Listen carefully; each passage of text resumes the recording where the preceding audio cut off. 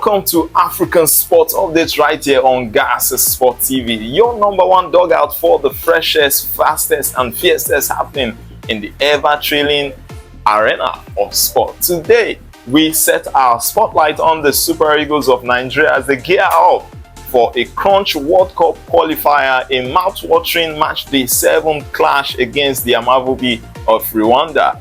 The battlefield, none other than the fortress of Uyo, the Godswill Akpabio International Stadium, where dreams take flight and legends are written.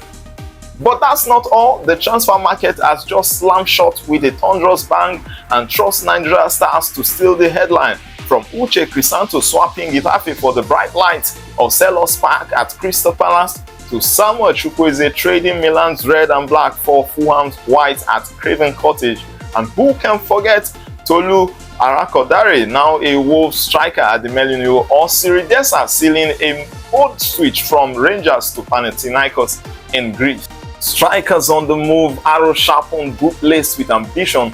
All these moves may just be the perfect prelude to the Eagles international break firewall. This is how we kick off the show, and of course, I'm your midfield maestro, Gospel Salami, your sport preacher. Joining us on the show tonight is Mr. Jerry, a seasoned football analyst and a keen observer of the African game. Welcome, Mr. Jerry.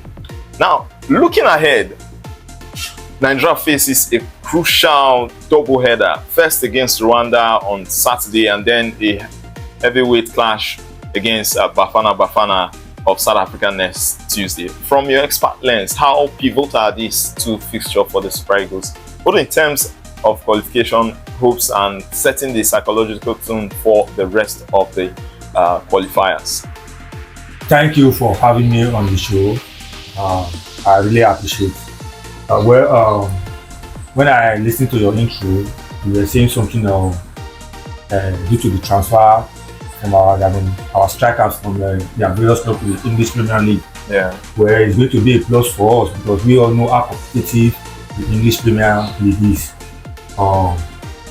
Hopefully, the team will reflect in their performance, because the formation regime means that the training, the intensive, the training is very intensive. Like they are taking it as like a form of the training is very serious. They are serious about the training. They have to be serious because these are two crucial games that we are looking at. First against Rwanda. This was also the same side that came to Uyo and defeated us right in the back of our own house. So I think they should know that this is not going to be a walk in the park for them. Yeah, of the truth, Nigeria versus Rwanda, due to statistics, I think we have met 7 times, and Nigeria won 2, Rwanda won 1, and we drew 4.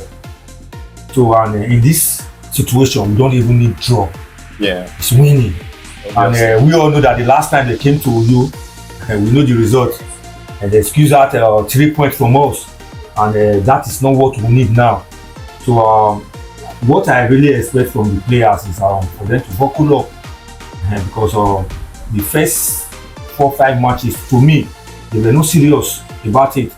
Although it's just so unfortunately that we always find ourselves in this kind of situation of playing that if we win and South Africa lose, we will now be doing some kind of calculation. Yeah. So it's part of us already, and I pray that we have to push that away.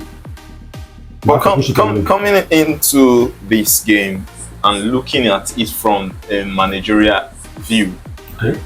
Now the last time we lost, it was not this current coach that was present with this national side. Talking about Erichel. Yeah.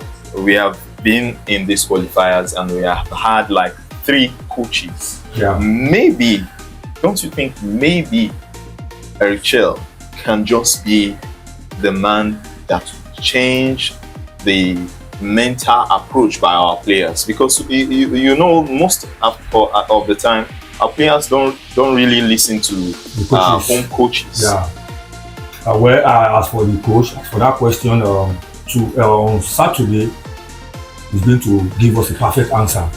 Yes, because he has to prove to us that he's the man for the job. But from the previous results, he hasn't proven that. We went to the CHAN, we are beaten by Senegal, by Sudan by 4 goals to nothing, and also we managed to scale through in the last game, of which was inconsequential. But again, don't you think this is the national team? A lot of people have been saying maybe it's the home base, he doesn't know about our local league, yeah. But maybe this time around he might be able to, not to forget that when they went to London, he won against Ghana, our West African neighbors, and Jamaica, and he also won against Jamaica. Yeah. What do you think about this approach to games like this? Well, if not for the situation that we are, 2-3 games is not enough to judge the coach, especially for the national team. So it's not easy to gather them and to get your first 11, but that's not an excuse. We're coming to this game.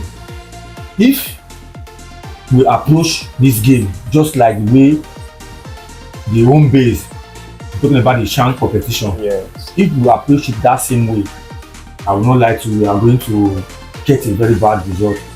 Yes, probably we might not lose, maybe draw, and draw is a very bad result for us because we know that South Africa is there already, and we know the competition between we and South Africa, the bragging right and all that. So for me, tomorrow, come on Saturday, I feel that from the coaches to the players, they have to give their best. And as for the fans, we all know that the fans always give them the 100% support right from the beginning, unless they are doing otherwise. So I pray that we get that maximum 3 points come on Saturday, right there against Rwanda.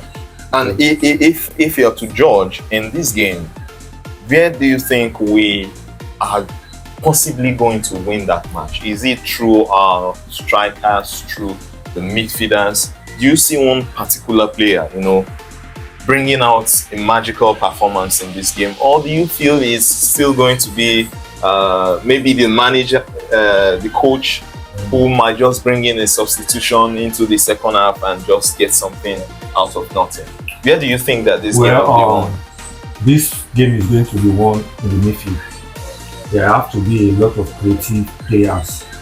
Yes, because if you don't create that chances, you cannot score goal. And for the very first time for the past how many years, we have a very good and reliable striker. We're talking about the likes of Osimhen and Co. Osimhen is a very hot striker that if you give Osimhen 5 chances, Osimhen will convert at least 3. But come on Saturday, I still feel that it's still going to be Osimhen's show. Yes, I still feel that Osimhen is going to deliver us. He's going to give us that goal. But I pray that the midfield do the right job by that transition from the defense to the midfield has to be there. Because if there is no transition, the attackers can never have any chance.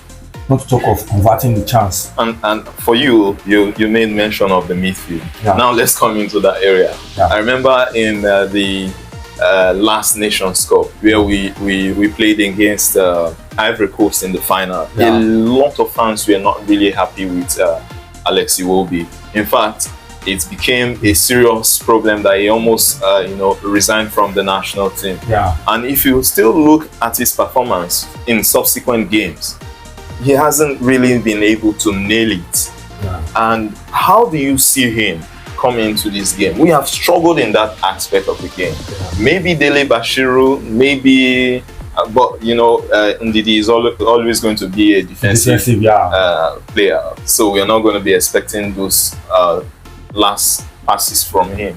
Yeah. But for you, do you think Iwobi has really proved himself in the last couple of games for the national team? Yeah. Compared to what he does in Fulham? Yeah. The truth of the matter is that Iwobi have not really lived up to expectation because we all know Iwobi's qualities.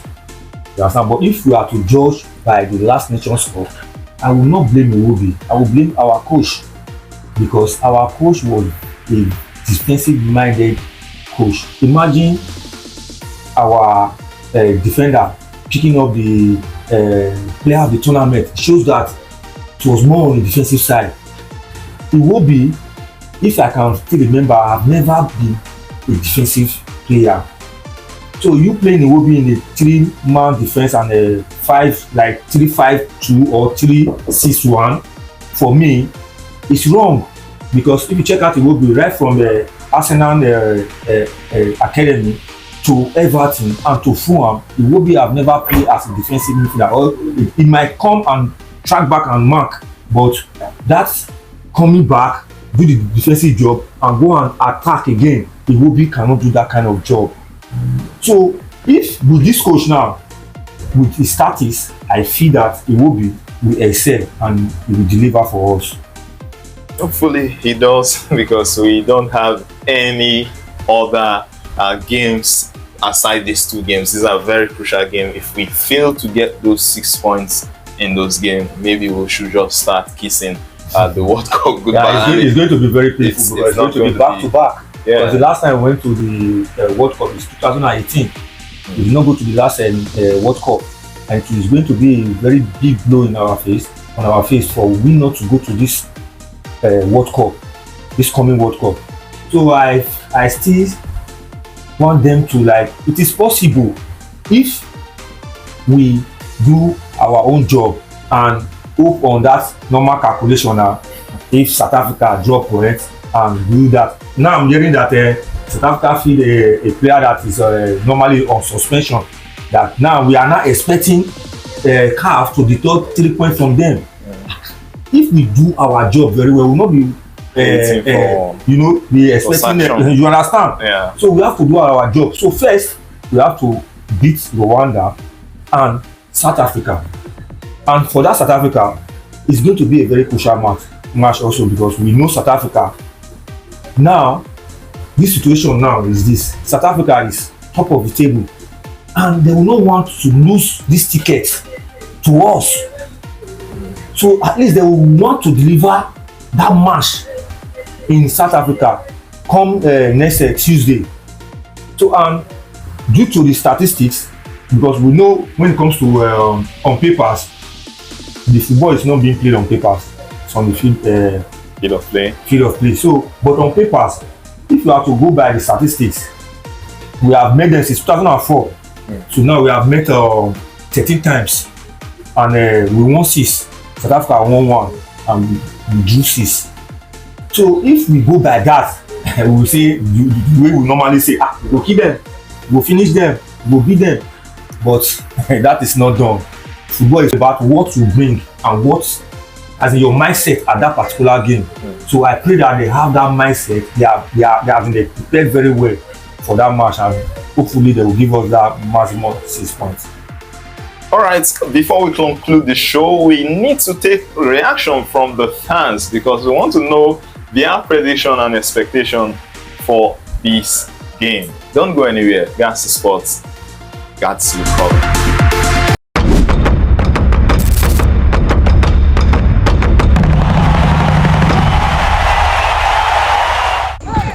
I believe that the Super Eagles have what it takes to qualify, because in Europe, as we all know, our players are the best in Africa. We have the best players. We have Osimhen, we have Lukman. These are very good players that can do anything at any time. And considering the quality of our players compared to Rwanda, I believe we have an edge. Home or away, anywhere we meet, we have an edge over them. So I just have a slight doubt concerning the coach of the Super Eagles, because his CV, I don't think is qualified to handle a team as big as the Super Eagles. But let's see because the players are very good. We all know that. We can see what Osimhen is doing in Europe. We can see what Iwobi is doing. We can see what Bassey is doing. So I believe we can do that. And South Africa being our perennial enemies. Yes. We're always fighting.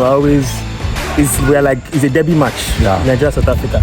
We have the edge over them. We've always just recently they started having a little bit of say when it comes to our games. Yeah. But I still believe we can overtake them. So I think at the end of this international break we should be close to the top and be fighting for qualification. That's what I believe. Okay. And Nigeria Rwanda, we should be looking at 2-1 for the Eagles. Okay. Yeah. Because I believe both matches will be close. And South Africa also 2-1. My expectation is for Nigeria to win the game. Because the boys now need to know what is at stake in the game. It's a must-win game. Because we're in 7 point. We are in 7 point. Yeah.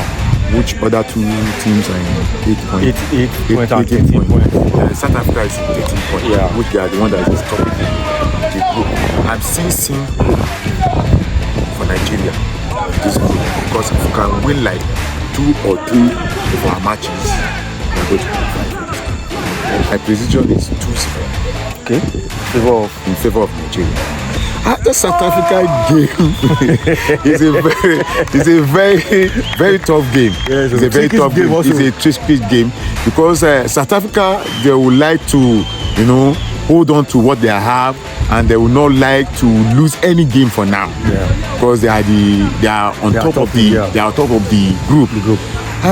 For Nigeria, I hope we win the game. We win our game, but at least despite everything, I will still support my country, which is nice. My score line will be 2-0 or 2-1 in favor of Nigeria. I have that belief. Okay. I have that belief because I saw the list which our coach presented.